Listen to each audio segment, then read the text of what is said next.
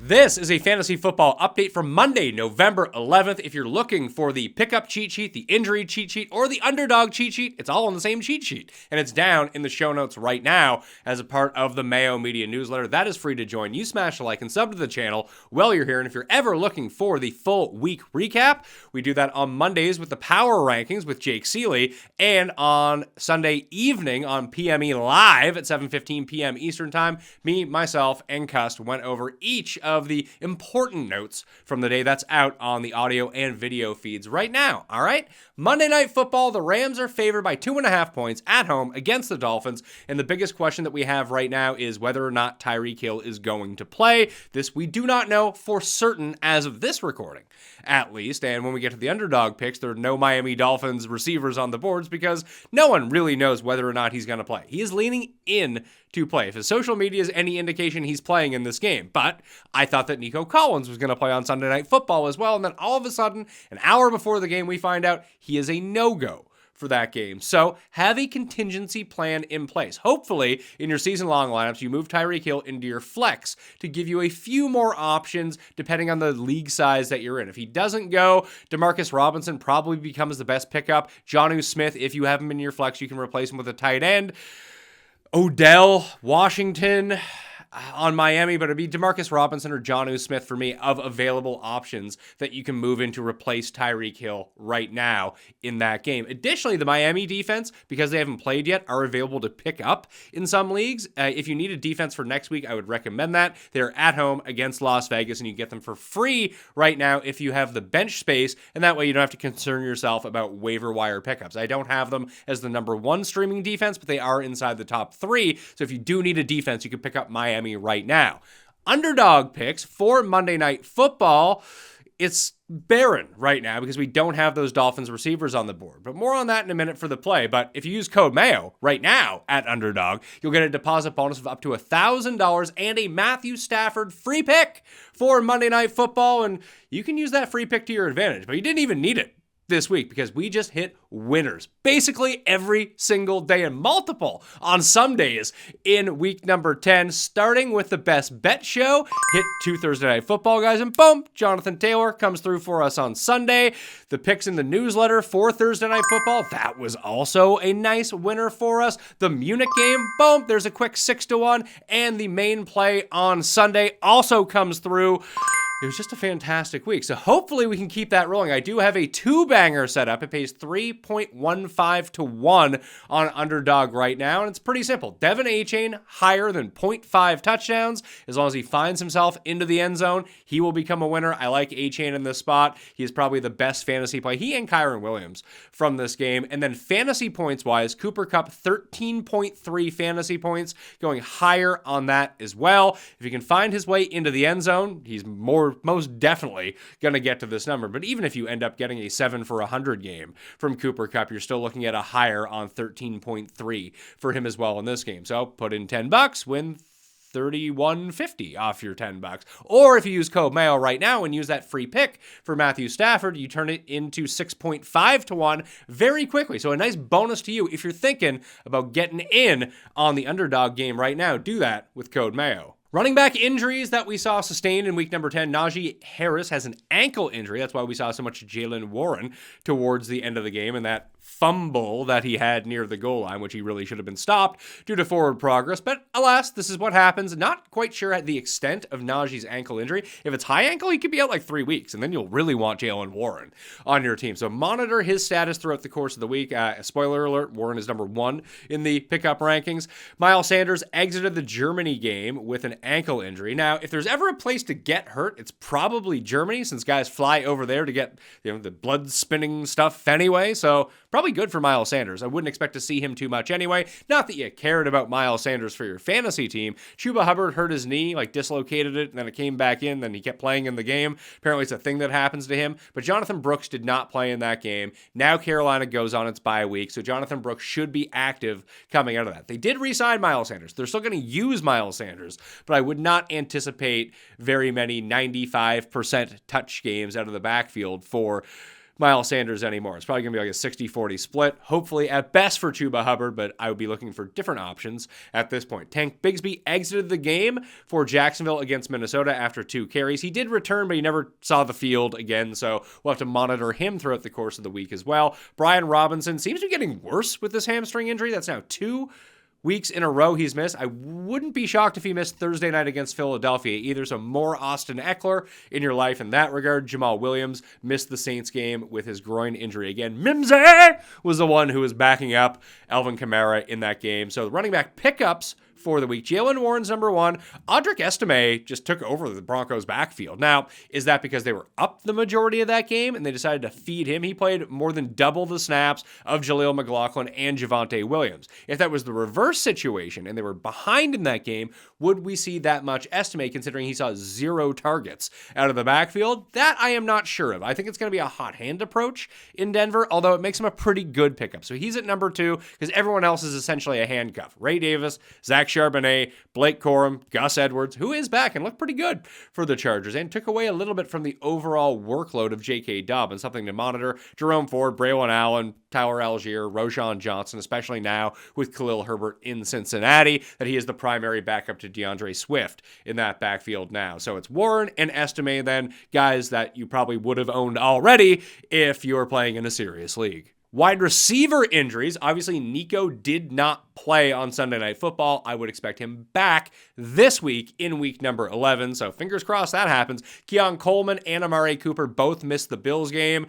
We'll see what happens with Cooper. He should return in week 11. Coleman is actually expected to miss more time. Maybe he comes back ahead of schedule, but Sean McDermott had indicated that he probably will not play against Kansas City in week number 11. Juju missed the game with a hamstring injury. Hamstring, flip a coin. The timeline should be that he will return for the Chiefs this week, but until he practices, wouldn't count on that. T. Higgins should return as well in week number 11 with his quad injury. That's a hamstring now and a quad. If he plays and he is healthy throughout the course of the game, and your trade deadline has not passed in week 11, trade T. Higgins for whatever you can get for him, because the chances of re-aggravation of one of those 2 injuries, both soft tissue injuries, is very high for the rest of the season. So keep an eye on T. Higgins. Now, if he stays healthy, he's a fantastic option. But after what we've seen so far this season, probably wouldn't go down that road. Michael Pittman missed the game. We saw more A.D. Mitchell in that spot, and Alec Pierce continued to play more and more snaps. I actually like Pierce more than A.D. Mitchell should Pittman end up missing time, but I don't know where Pittman's head is at right now in terms of injury. We thought he was going to go on injured reserve 6 weeks ago. He never did. Now he misses this game. Keep an eye on how he is moving forward. Darius Slayton sustained that concussion and did not play in Germany. They're on bye week. He should return afterwards. It looked like Malik Neighbors may have suffered another concussion in that game. He did end up returning, but just monitor what the coach speak is about him coming out of the bye week, just in case there's lingering problems with Malik Neighbors. Mike Evans is likely to return after the Tampa Bay bye week in week number 12. Cedric Wilson missed the game for the New Orleans Saints. Not really sure how long he's going to be out. And Jalen McMillan was a weird one. He was active for the game for Tampa, but he didn't play a snap. So they go on bye, as I just mentioned, with Mike Evans. So I'm guessing he should be fine for week number 12, unless he's actually just in the doghouse at this point. But it was probably, hey, we have a bye week coming up. We're playing San Francisco. Maybe we can sneak out a win. Maybe we don't. They almost did. They didn't win. And maybe get everything going. If you watch the Sunday night show, you can see that they have 6. They'll be favored in 6 of their 7 matchups to close the season. And probably pretty big favorites in those games. So their playoff dreams, most definitely not dead as of this point. For pickups, I think there are 5 really good ones. Well, 1 really good one, 2 pretty good, and 2 who are like, all right. Jerry Jeudy deserves to be owned in every single league, especially with Jameis playing quarterback. They're at New Orleans. Revenge game for Jameis Winston this week, but Jeudy is the one who's commanding all the targets. I know it's flashier to get the younger and like higher upside Cedric Tillman, but Tillman's already over the threshold in terms of being owned. Jerry Jeudy is not. He's 45% owned on Yahoo, which is generally the highest of a lot of these. So on ESPN, he's probably like 1% owned or something stupid like that. But Jerry Jeudy, you need to pick him up, and he is a wide receiver 3 or 4 or flex for your team on this stretch run with Jameis chucking him the ball. Demario Douglas is number 2. He seems to be Drake May's favorite check down option in this offense. Quentin Johnson just scores a touchdown every single week, so you should probably own him on your team when he is healthy. He is number 3 in the pickup rankings. Marquez Valdez-Scantling is number 4.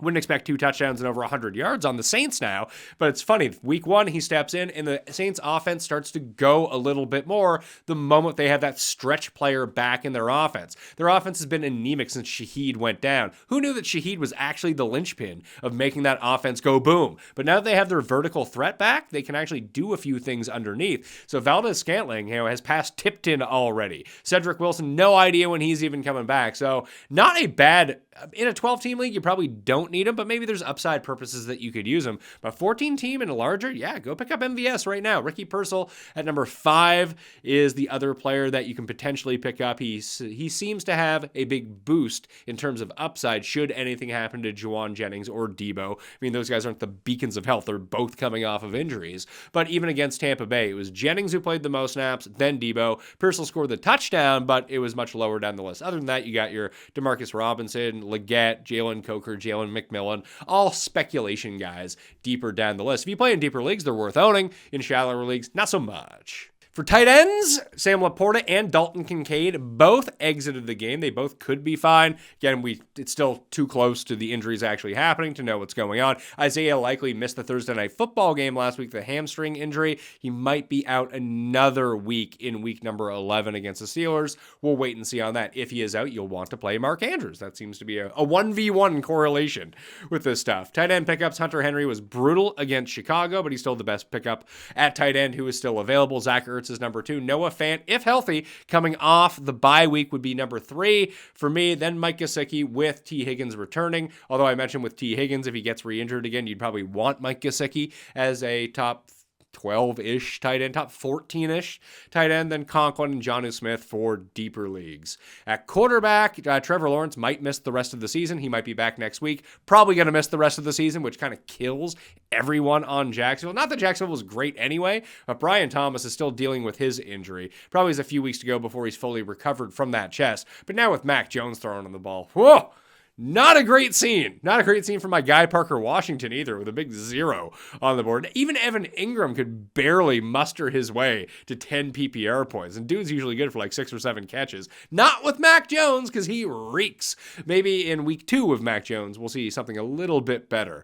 The QB streams that you're looking for right now, I got Jameis at number 1 at New Orleans on the fast track against that defense. Bo Nix at home against Atlanta at number 2. Russell Wilson at home against Baltimore. You can throw on Baltimore. This we know. Drake May at home against the LA Rams. Sam Darnold at Tennessee. And then Joe Flacco in another revenge game at the New York Jets are the streamers of the week. Jameis, Nix, and Russ Wilson. And then Drake May on any given week because of his rushing upside is probably worth the stream. All those guys are likely to be top 20 quarterbacks in week number 11. And finally, the defensive streams. I talked about Miami before. If you're watching this before Monday Night Football, you can get them in. They're number 3 in the stream rankings. Houston is number 1 on Monday night at Dallas. That looks like a good spot with Dak probably done for the season. Green Bay at Chicago. Chicago can't block. Sacks, I hear, are worth points, so do that. Miami at home against Las Vegas, and then the Rams at New England outside traveling across the country this week. Drake May, although he can put up a lot of fantasy points, it's like Jameis style, makes some terrible decisions at the same time, so you can benefit from that if you are the LA Rams and you force Drake May into catch-up mode, although the Rams have been Jekyll and Hyde offensively. One quarter they're doing nothing, one quarter they're doing everything. If they can get up early in that game and force Drake May into 40 passing attempts, he can even put up 25 points, and the Rams D could still be quite good in this scenario. Once again, all of this information is available in the Mayo Media newsletter. That link for the article is down in the show notes right now. And code MAYO at Underdog for a deposit bonus of up to $1,000 and a free pick of Matthew Stafford on Monday Night Football. I'll see you tomorrow. Experience! Experience!